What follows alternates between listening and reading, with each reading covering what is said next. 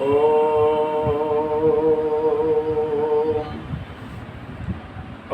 विश्वानि देव सवितर्दुरितानि परासुवे यद्भद्रं तन्ने आसुवे।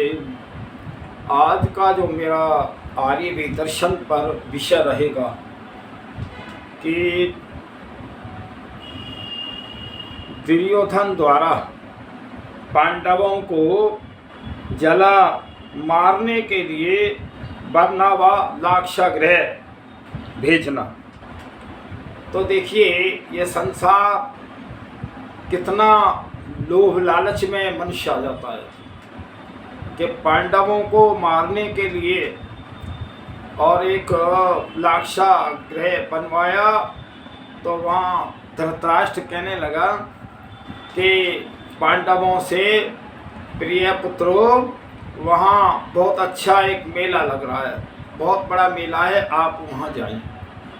और मैं उन्हें कुछ और खर्चा पानी भी दे दिया कि वहाँ जाएं और मेले का आनंद लें। तो जहाँ वो रुकने का ठहरने का जो व्यवस्था थी वो लाक्षागृह जिसको कहते हैं ना, ये बरनावा, आज भी वो भूमि ऐसी ही पड़ी है, खंडर एक तरह। गुरुकुल तो वहाँ चल रहा है यार।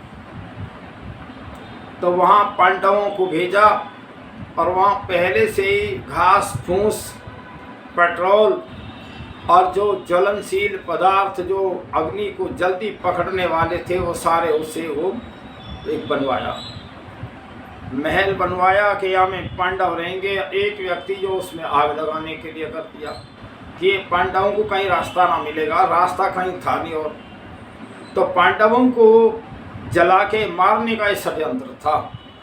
तो मैं आज इसी पे चर्चाएं करूंगा कि दुर्योधन द्वारा पांडवों को जला मारने के लिए वारणावत भेजना और भीष्म पितामह। बड़े कमाल की बात है कि भीष्म पितामह तो भाई पूरे परिवार के तो वो सम्मानित व्यक्ति दादा थे। तो यहाँ और क्यों मान्यवर पितामह जी, जब दुर्योधन के कुचक्र के कारण दुर्योधन के द्वारा पांडवों को वारणावत भेजे जाने का षड्यंत्र रखा जा रहा था, क्या उसका आपको ज्ञान नहीं था, आपको पता नहीं था?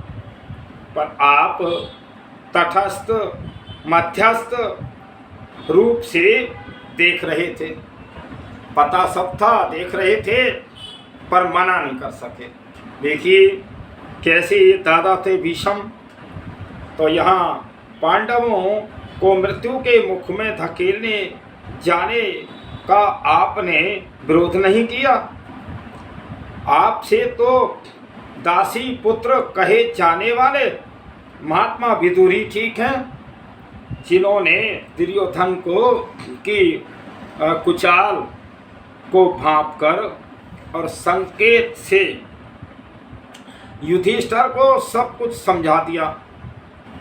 ऐसे तो यथा समय और अपने विश्वस्त खनक को पांडवों के पास वारणावत भेजकर लाक्षागृह में सुरंग खुदवाई और नाविक को भेजकर लाक्षागृह से बच निकलने पांडवों को गंगा पार पहुंचा दिया। तो इतना काम तो जो वो थे भाई उन्होंने किया एक तरह।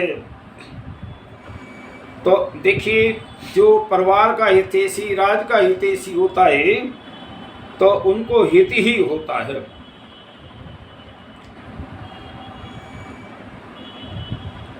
सबके लौट जाने पर पांडवों को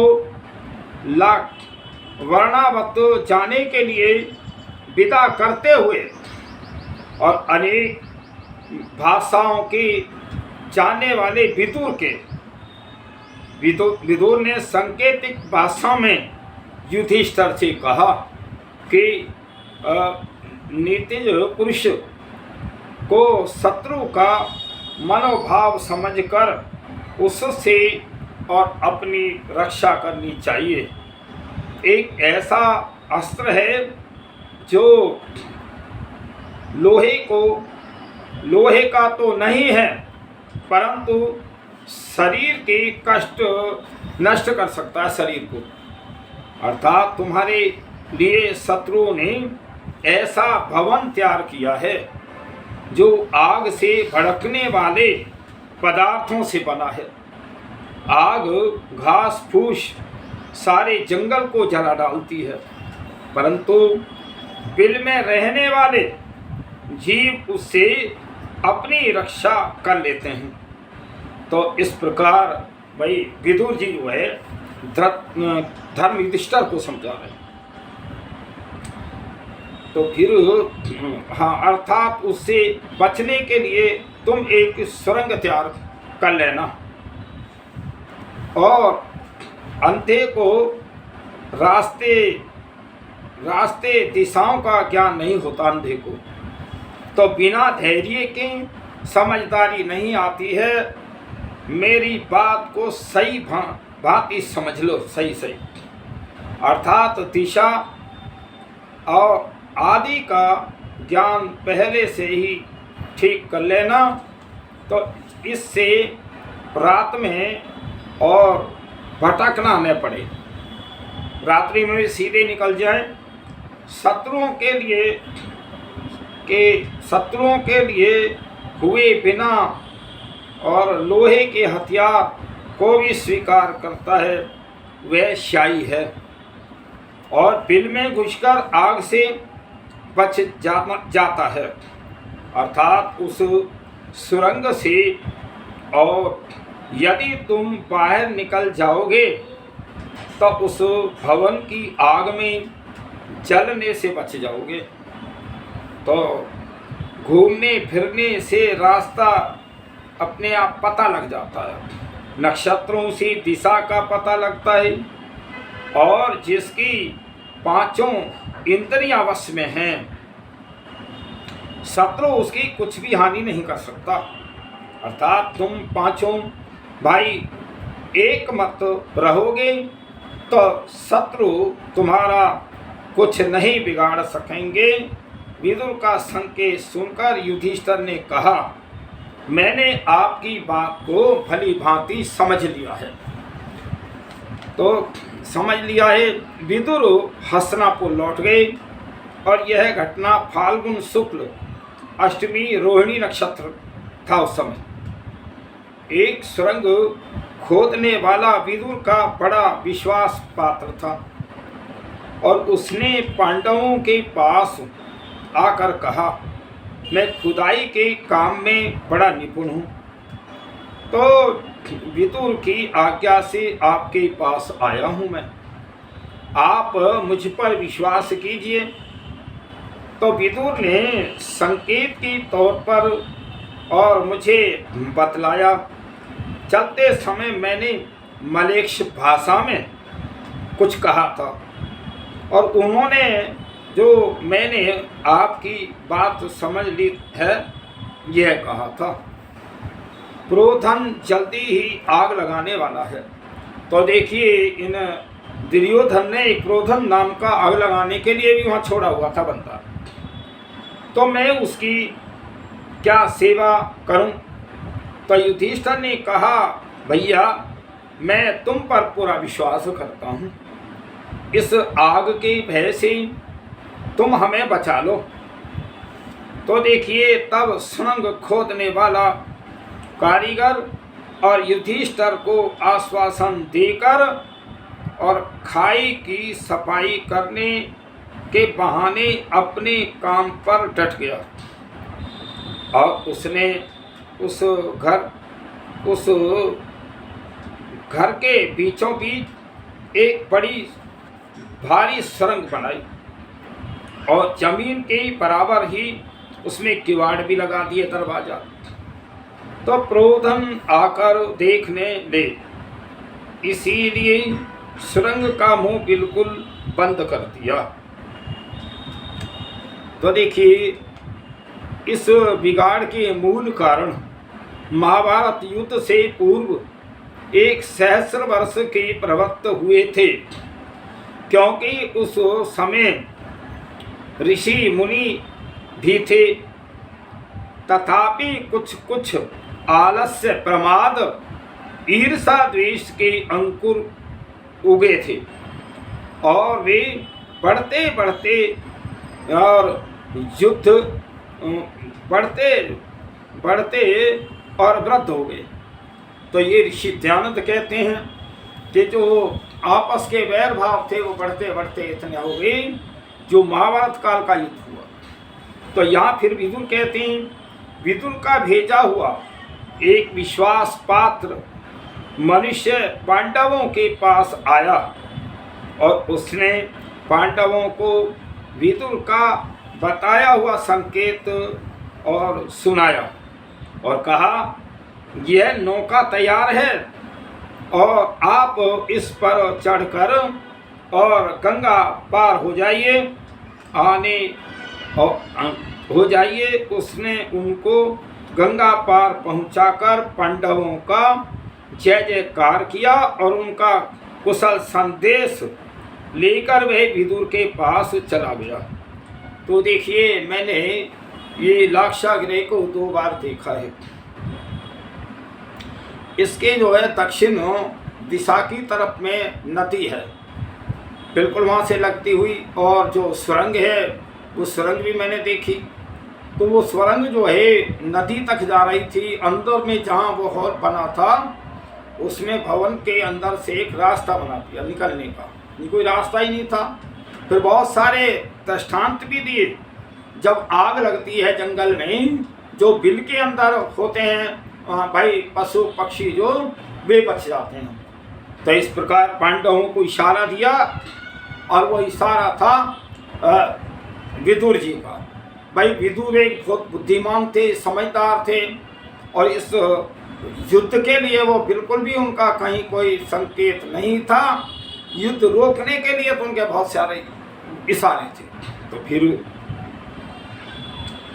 तो देखिए, विदुर के पास चला गया और वारणावत में पांडवों को रहते हुए 1 वर्ष बीत गया। पुरोचन ने देखा कि 1 वर्ष की लगभग हो गया। पांडव इसमें बड़े विश्वास से निशंक रह रहे हैं। उसे बड़ी प्रसन्नता हुई। क्यों पितामह जी, इतने लंबे समय में आपको उन धर्मरूढ़ पांडव पुत्रों की याद ही नहीं आई और उनको खैर खबर भी लेने की आपको सुध नहीं आई? आपको यह तो ज्ञात था, मालूम था कि धृतराष्ट्र ने पांडवों को वारणावत भेजा था, और यह कहकर कि वारणावत, तो देखिए क्या कह के भेजा उसने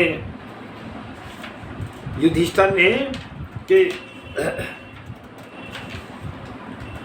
कि इस समय मेले का आनंद में वातावरण है, सो आप लोग माता सहित वहाँ आनंद मनाकर फिर लौट आइए।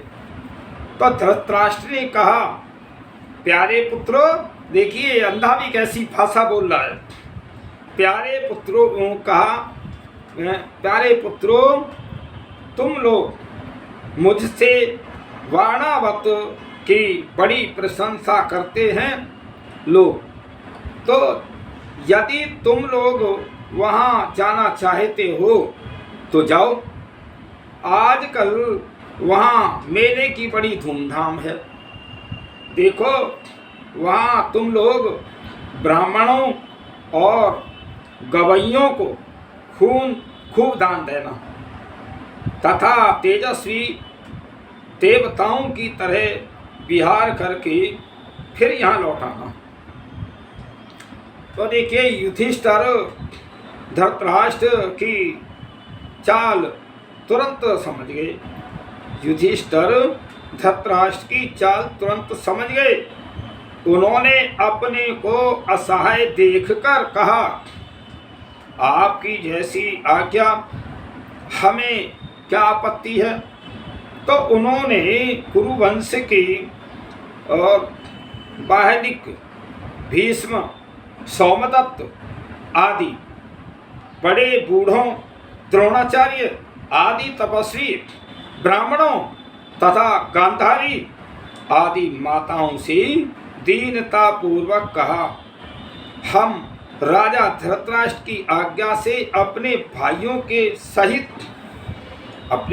के सहित वाणावत जा रहे हैं। देखिए सारी चाल को क्या ये लोग समझे न हो।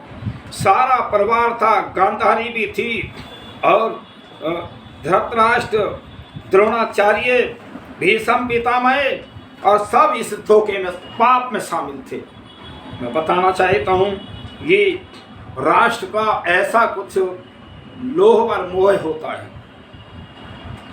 क्यों पितामह जी, आपने अपने पुत्र भतीजे धृतराष्ट्र से अथवा दुर्योधन से यह पूछने की आवश्यकता नहीं समझी कि पांडव थोड़े समय के लिए मेले में और वाणावत गए थे, वे अभी तक क्यों नहीं लौटे। क्या आप इन विषयों में तटस्थ थे अथवा आप धृतराष्ट्र और आदि को और व्यर्थ ही कुपित नहीं करना चाहते थे, ऐसा कि दुर्योधन आदि को और उनको भान पता न हो जाए। यही तो बात थी। तो यहाँ आती है, हे पितामह जी, तो भीष्म पितामह दुर्योधन द्वारा पांडवों के और नाश हेतु रहित इस प्रत्यक्ष षड्यंत्र की चाल को आप यदि आरंभ में ही रोक देते तो दुर्योधन की आगे निकृत्यों ते करने की हिम्मत नहीं होती। अगर पहले से ही इस रोक दिया जाता दुर्योधन को, भाई धृतराष्ट्र रोकते, भीष्म पितामह रोकते, गुरु द्रोणाचार्य रोकते, तो इतना बड़ा महागुण ये होता जो हुआ। तो देखिए भीष्म पितामह दूत क्रीड़ा और कपट दूत का आयोजन और भीष्म पितामह, तो एक जुआ रखने का भी षड्यंत्र किया गया। क्यों देवव्रत पितामह जी, अब कपट दूत के माध्यम से पांडवों को जीतकर उनकी संपत्ति हथियाने के लिए दुर्योधन के दुराग्रह के कारण पुत्र मोही राष्ट्र की आज्ञा से बहुत बड़े द्यूत सभा भवन का निर्माण हो रहा था और उसे सजाया जा रहा था। तब आपको क्या उसकी कुछ भी भनक नहीं लगी? फिर दूत क्रीड़ा की बेला आने पर उस दूत सभा भवन में द्रोणाचार्य आदि के साथ और आप भी उपस्थित थे, तो जनमने ही नहीं अनमने ही सही आप दर्शक तो बने, चाहे आपकी सलाह न थी, लेकिन दूत क्रीड़ा में बैठे तो थे उसमें। पितामह जी, आपने इस दूत क्रीड़ा की तैयारी पर और दूत क्रीड़ा के समय इस महावैष्णु का और विरोध करना और अपना कर्तव्य क्यों नहीं समझा? आप तो वेद ज्ञान में और नीति शास्त्र में और धनुर्वेद विज्ञान में अद्वितीय माने जाते थे। तो जब वेद में द्यूत और अक्षय क्रीड़ा का निषेध किया है और धर्मशास्त्र में, भाई वेदों में कहीं जुआ खेलने का कहीं विधान नहीं है। जब तुमने वेदों को पढ़ा, ये सब कुछ जाना, फिर भी आपने परिवार को रोका नहीं, तो वहाँ द्यूत क्रीड़ा, कामज व्यसन बताया गया है और व्यसन को मृत्यु से भी अधिक कष्टकारी माना गया है। तो फिर आपने इसका डट का विरोध क्यों नहीं किया?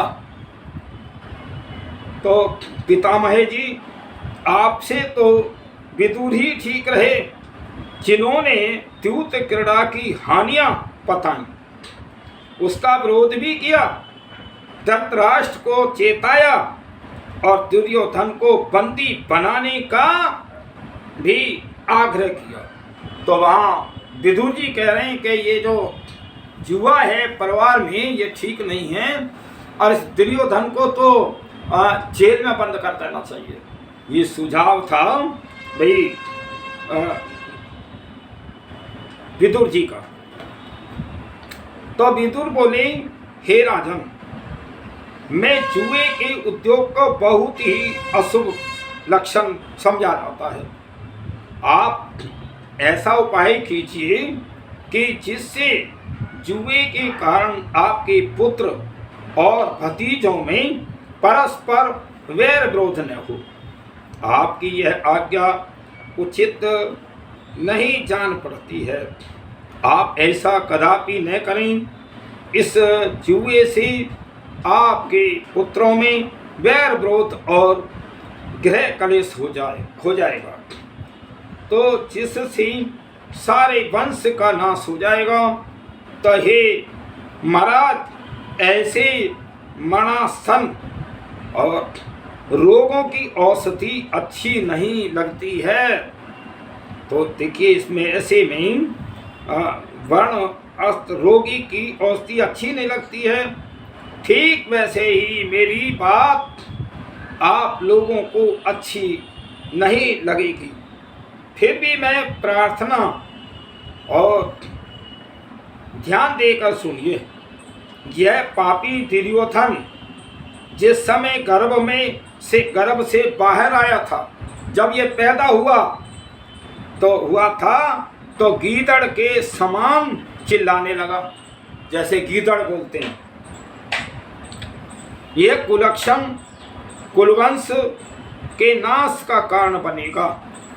यह कुल कलंक और आपके ही घर में रहता है, परंतु मोहवश आपको इसका ज्ञान ही नहीं है। मैं आपको नीति की बात बतलाता हूँ। जब शराब पीकर उन्मत्त हो जाता है, पागल हो जाता है, तब उसे अपने शराब पीने का भी होश नहीं रहता।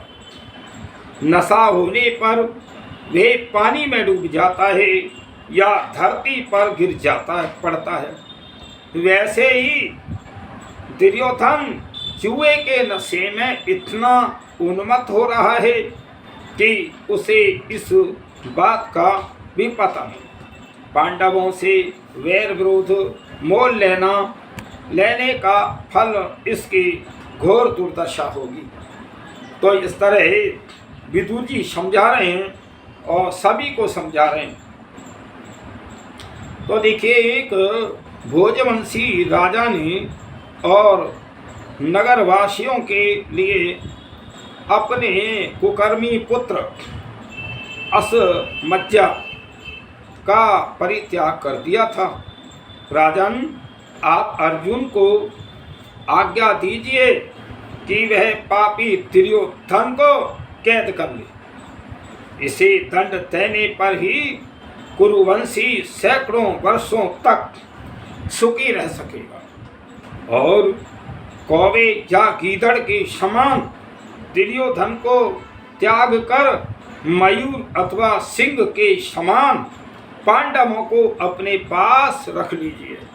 तो ये सारे जो है विदुर जी दुर्योधन उसको धृतराष्ट्र को समझा रहे हैं। और फिर सभ्यों जुआ खेलना और कलह का मूल है जुआ।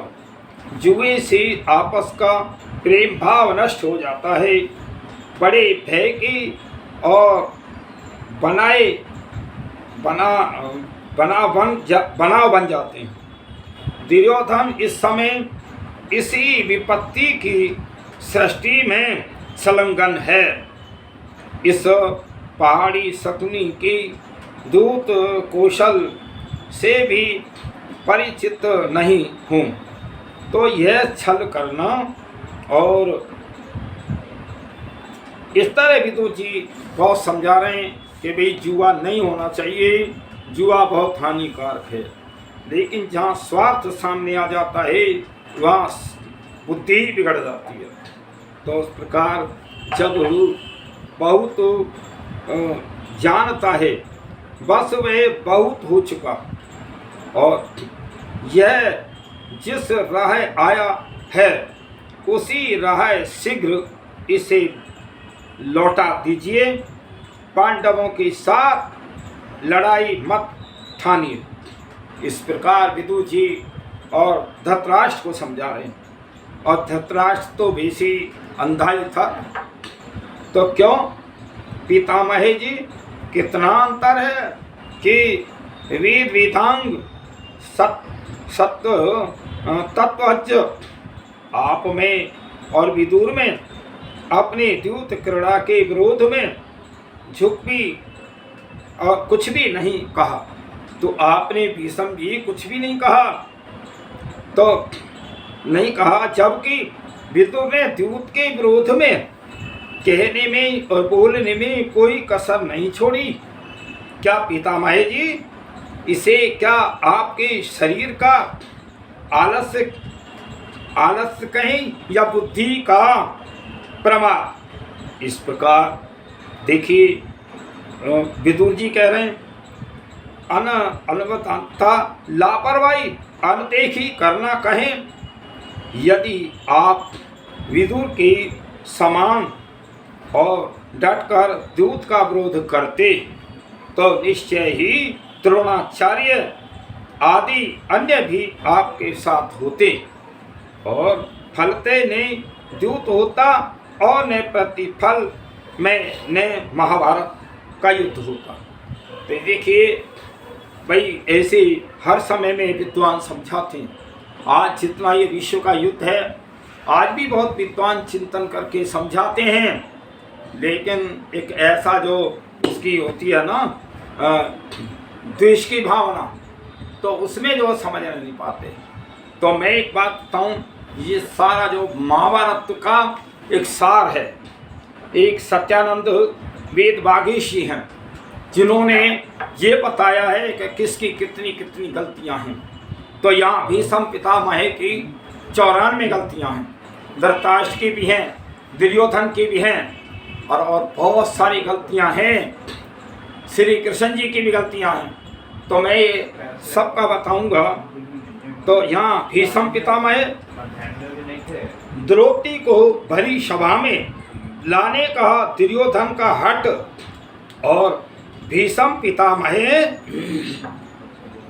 जब शकुनी के द्वारा निकृति कपट से द्रौपदी के भी जीत लिए जाने पर दुर्योधन द्वारा क्रम से विदुर और प्रतिकामी और दुशासन को द्रौपदी को भरी सभा में लाने का आदेश दिया। देखिए ये सारे बड़े बूढ़े बैठे हैं, सारे जिम्मेवार बैठे हैं परिवार के, और कोई ये नहीं कह सका कि ये दुशासन तू इस तरह द्रौपदी को क्यों ला रहा है। उसके बाल पकड़ करके, और अभी एक ही वस्त्र में थी, एक साड़ी में ही थी, और उस समय भाई रजस्वला भी थी। तो इतना कितना इन्होंने घोर पाप किया है। तो इनका अंत तो होना ही था। जब पाप अधिक बढ़ जाता है तो उसका कहीं ना कहीं अंत भी आता है। तो ये जितने ये युद्ध के वो चल रहे हैं ना, आज भी जो बम वगैरह फूट रहे हैं, इनका परिणाम भयंकर ही आएगा। और परिणाम तो आने लगा भाई। आज गैस नहीं मिल रही लोगों में, डीजल नहीं मिल रहा, पेट्रोल नहीं मिल रहा, और बहुत सारी चीज़ें, कारखाने बंद हैं, बहुत सारे मजदूर अपने ग्रामों को लौट रहे हैं। क्या है ये? क्या इसी को शासन कहते हैं?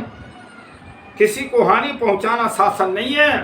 शासन की व्यवस्था करके प्रजा को खुश करना और उनकी जो आवश्यकता की चीज़ें देना, ये राजा का कर्तव्य है।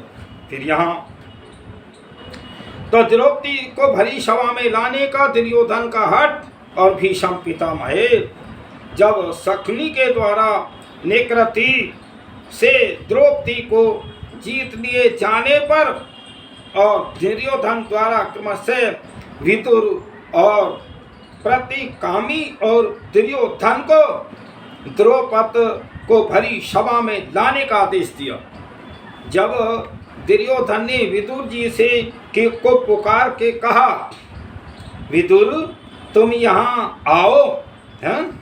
तो ये तुम यहाँ आओ, तुम जाकर पांडवों की प्रियतमा सुंदरी द्रौपदी को शीघ्र ले आओ। तब वह अभागिनी यहाँ आकर हमारे महल में झाड़ू लगावे और दासियों के साथ रहे। जब अब मतांध दुर्योधन ने और विदुर को धिक्कार कर भरी सभा में प्रतिकामी से कहा, तो देखिए इस प्रकार का आदेश दिया कि महल में हमारे लाओ उसको, द्रौपदी को, और हमारे घर में झाड़ू लगाए। तो ये अन्याय नहीं तो क्या है भाई? जबकि सबसे पहले जो प्रथम राजा तो इन पांडवों के पिता का ही था, उनके गुजरने के बाद तब तो धृतराष्ट्र को मिला। आखिरकार धृतराष्ट्र जो इनका ताऊ था वैसे, तो इसलिए क्या ताऊ का ये अधिकार है कि भाई भतीजों पे अत्याचार करे, या ताऊ जो फैसला करे, या ताऊ जो सबको समझा के रखे? ये विनाश की जड़ यहाँ थी। तो देखिए फिर विदुर को धिक्कार कर भरी सभा में प्रतिकामी से कहा, तुम इसी समय जाकर द्रौपदी को ले आओ, पांडवों से डरने की कोई बात नहीं है। दुर्योधन ने प्रतिकामी की ओर कठोर दृष्टि से देखकर अपने छोटे भाई दुशासन से कहा, यह क्षुद्र प्रतिगामी भीमसेन से डरता है, इसीलिए तुम और स्वयं जाकर द्रौपदी को पकड़कर लाओ, और ये हारे हुए पांडव तुम्हारा कुछ नहीं बिगाड़ सकते। देखिए कहाँ इनका बल चला गया, कहाँ भीम का बल चला गया। नहीं तो ऐसी दुष्टों को तो मारना चाहिए। पहले नंबर तो जुआ खेलना ही गलत है, खेलना ही नहीं चाहिए था। ये सारी चाल थी शकुनी की। मैं बताना चाहता हूँ आज भी भारतवर्ष से जितने भी अन्य देश हैं सब चालाक हैं, उन्हें सारे अवगुण हैं उसके अंदर। ऐसी जो इसका मामा था विदुर, नहीं तो उसमें भी यही गुण थे, जो इनका इसका नहीं युधिष्ठिर का नहीं, दुर्योधन का जो मामा क्या नाम था, तो उसके अंदर को ये चालाकी थी। जब जिस समय पांडवों ने रायसूय यज्ञ किया तो उस समय शकुनी, हाँ याद शकुनी भी उस समय था। तो दुर्योधन सारी भेंटें जितनी आई थी उसका ये हिसाब किताब रखने वाला था। तो उस समय दुर्योधन कहने लगा, मामा मैंने कभी इतनी भेंट नहीं देखी, और वो ईर्ष्या में पड़ गया। तो देखिए उसने क्या, अरे यार नाम याद था,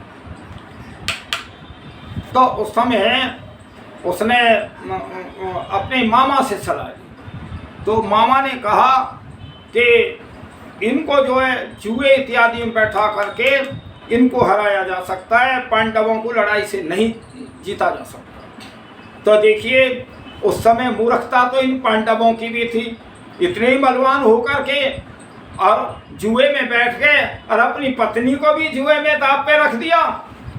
यार ये भी जो है धर्म युधिष्ठिर जिसको कहते हैं, ये युधिष्ठिर की बुद्धि कहाँ गई जिसको धर्म युधिष्ठिर कहते हैं। सारा आज जो हम देख रहे हैं दुनिया का हालचाल, अभी 5200 वर्ष लगभग हुई महाभारत काल को, जो हमारी पहले जो ये आर्यवर्त देश था, जो मान मर्यादाएं थी, वो आज अभी होना रही और बिगड़ती ही जा रही। ये दुनिया वालों तुम फिर युद्ध कर रहे हो, युद्ध में और हालात बिगड़ जाएंगे, दुनिया के अंदर बहुत अशांति हो जाएगी, लड़ाई झगड़े बढ़ेंगे और जो चीज़ें खाने पीने की सारी जो है वो अभाव हो जाएगा। इसलिए युद्ध बंद करो। पहले युद्ध से तुम प्रेरणा ले लो। महाभारत के युद्ध में, महाभारत के युद्ध में 1,66,20,000 लोग मरे थे। तो इसलिए भाई युद्ध की कोई सीमा नहीं होती है। और आज तो बड़े भयानक युद्ध हैं, जो जहाँ जहरीली गैसें छोड़ो, ऐसे ही भयानक युद्ध तो तब भी था, ऐसा नहीं है।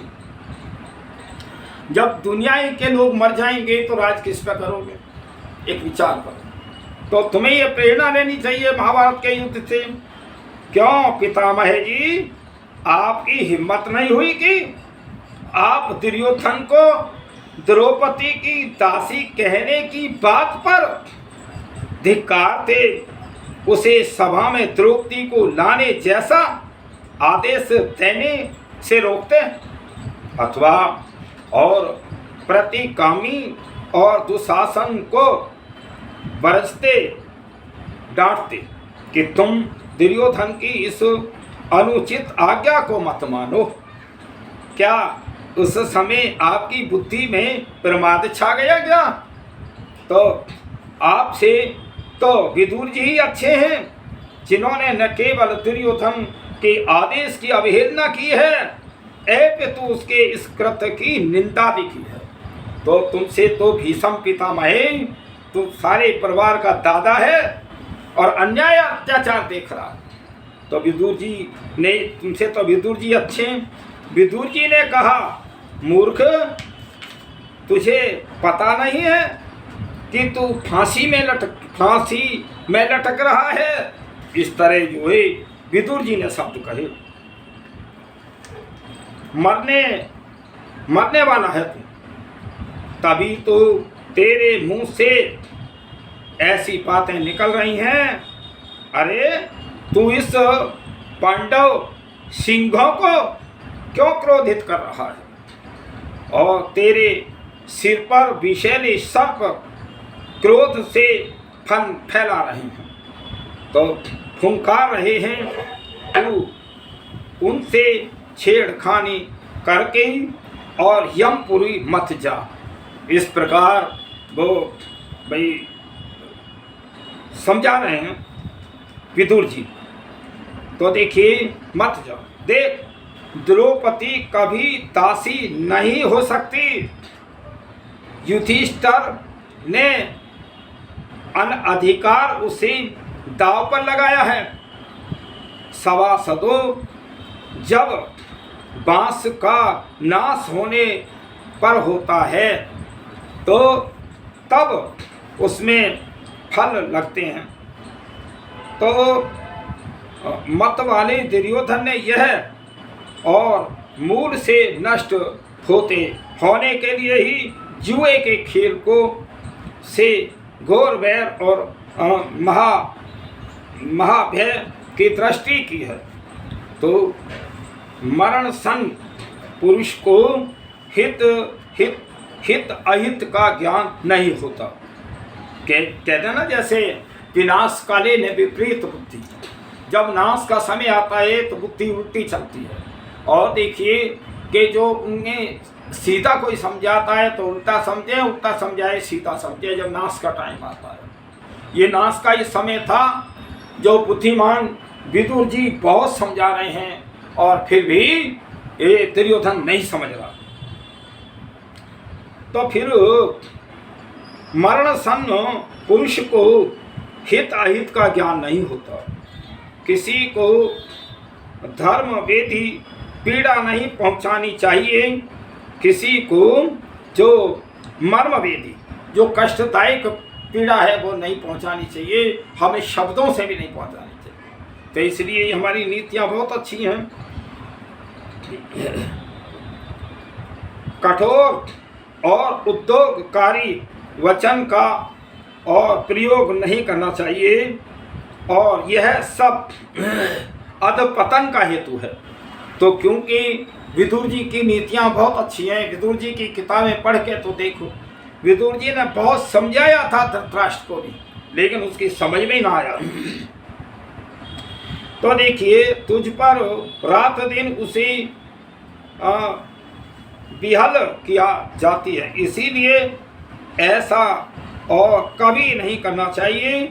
दुर्योधन बड़े भयंकर और विकट परिणाम के निकट पहुंच गया है और दुशासन आदि भी इसी की और हाँ में हाँ मिलाते हैं। चाहे चाहे तुम वह जल में डूब जाए, तुम वह पत्थर तैरने लगे, परंतु यह मूर्ख मेरी हितकारी बात नहीं मानेगा। तो यह मित्रों की श्रेष्ठ और हितकारी बात नहीं सुनता, इसका लोभ बढ़ता जा रहा है। इससे निश्चय हो गया है कि और शीघ्र ही कौरवों की वर्चस्व नाश का हेतु भयंकर और विध्वंस होगा। तो इस प्रकार से बहुत विदुर जी समझा रहे हैं। और भाई जब लोभ ज़्यादा आ जाता है तो समझने भी में आती नहीं है बात, वो लोभ ही दिखाई देता रहता है। तो इस प्रकार से जो भाई पांडवों का युद्ध के लिए जो लक्षण बने वो था जुआ, और जुआ में वो बहुत, और देखिए और तो और जब ये पांडवों का कौरवों का युद्ध हो रहा था तो धृतराष्ट्र जो उस समय के पत्रकार थे ना, वो और वो उससे कह रहे संजय से कह रहे, अरे संजय बता किसकी जीत हो रही है किसकी हार हो रही है, हैं? इसको ये समझ नहीं आया कि भाई ये तेरा ही परिवार है और यहाँ युद्ध हर जीत देख रहा है। तो जब कहते हैं ना विनाश का समय आता है तो बुद्धि विपरीत चलने लगती है। बहुत बुद्धिमान लोग समझाते हैं लेकिन स्वार्थ जहाँ आ जाता है वहाँ समझ में नहीं आता। आज ये दुनिया वालों, आज तुम्हारा यही हाल हो रहा है। आज दुनिया के अंदर ये देखिए, इस दुनिया को नष्ट करना, बम बना करके कहाँ की समझदारी है। इसके बदले में अगर तुम गुरुकुल खुलवाते, वेदों के विद्यालय खुलवाते तो शस्त्र बनाने की आवश्यकता न होती और सारे संसार के अंदर धर्मराज होता है, रामराज्य होता। इसलिए इसके जो वो पैसा जो तुमने धन वहाँ लगाना था, बल्कि एक बात बताऊं, मैं तो ये कहूँगा कि मूर्खों ने भारतवर्ष के विद्यालयों को जलाया, गुरुकुलों को जलाया और 6 महीने तक और तक्षशिला जो नालंदा के उसमें वैदिक साहित्य में आग लगती रही। अरे दिन तो ये आएंगे ही, ऐसे ही आएंगे। जब वेद की विद्या समाप्त हो जाती है तो लड़ाई दंगे ही शुरू होते हैं। भाई 5200 वर्ष हो गए और महाभारत काल के ये फिर तुम लोगों ने भाई ये इस तरह का फिर विचार बनाया।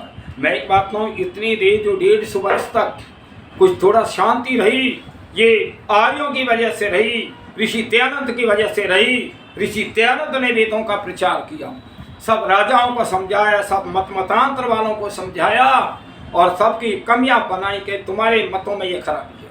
लेकिन क्या है कि जहाँ एक तरह ना जब वो विनाश शुरू होता है, वो हमें लोभ लालच आ जाता है, तो वो जो दुर्गुण है वो जब बढ़ते हैं तो वो विनाश ही करते हैं। इसलिए मैंने आज का जो ये विचार रखा है, ये बहुत बड़े विद्वान हैं जिन्होंने, और सत्यानंद वेदबागी जी हैं जिन्होंने ये जो वो रामायण से महाभारत से और टिप्पणियाँ निकाल करके सबकी गलतियाँ बताई हैं। सब सारे दोषी हैं। तो देखिए, तो ये मैं अब इसकी चर्चा मैं यहीं समापन करता हूँ। तो ओम शम सभी को जो है पुराने इतिहासों से प्रेरणा लेनी चाहिए। देखिए उसमें विद्यालय में क्या पढ़ाया जाता है, तो शिक्षा ही बदल रही है। पहले जब हम छोटे थे तो बहुत ऐतिहासिक बातें पढ़ाई जाती थी, महापुरुषों के जीवन बताए जाते थे, आज वो है नहीं। इसीलिए सारे संसार के अंदर अशांति फैली है। तो महापुरुषों के जीवन से प्रेरणा लें, और आप जो ये महाभारत काल का युद्ध हुआ है उससे आप प्रेरणा लें और प्रेरणा लेकर के आगे की हानि को जो है से बचें और युद्ध समाप्त करें। आप विदुर जी को ही समझ लें, तो विदुर जी ने भी धृतराष्ट्र को बहुत समझाया था, वो उनकी जहाँ विदुर नीति में आप पढ़ेंगे। तो इसलिए मैं आज यही समापन करता हूँ। सभी संसार के विद्वानों, संसार के और समझदार लोगों से मैं प्रार्थना करता हूँ कि ये युद्ध बंद होना चाहिए, सब शांति में रहें, प्रेम में रहें, आनंद में रहें, ईश्वर की आज्ञा का पालन करें। ये संसार ईश्वर ने बनाया है, तुम तो एक सुई भी नहीं बना सकते यहाँ। तो इसलिए सारी ये संपदा ईश्वर की है, इसे मत बिगाड़ो और इसे नष्ट मत करो, जियो और जीने दो। ये इस प्रकार से शांति रहेगी तो बहुत काल तक आप सुख ले सकते हैं। संसार का मनुष्य जीवन बहुत अनमोल है, ऐसे नहीं मिलता, बहुत शुभ कर्मों से मिलता है। तो मैं सभी से ये प्रार्थना करता हूँ ये युद्ध समाप्त हो, सबके जो वैर भाव हैं, द्वेष हैं, वो दूर हों। मैं इतना ही कह करके ओम शम। मेरी वीडियो अवश्य सुना करें आर्यवेद दर्शन पर। ओम शम।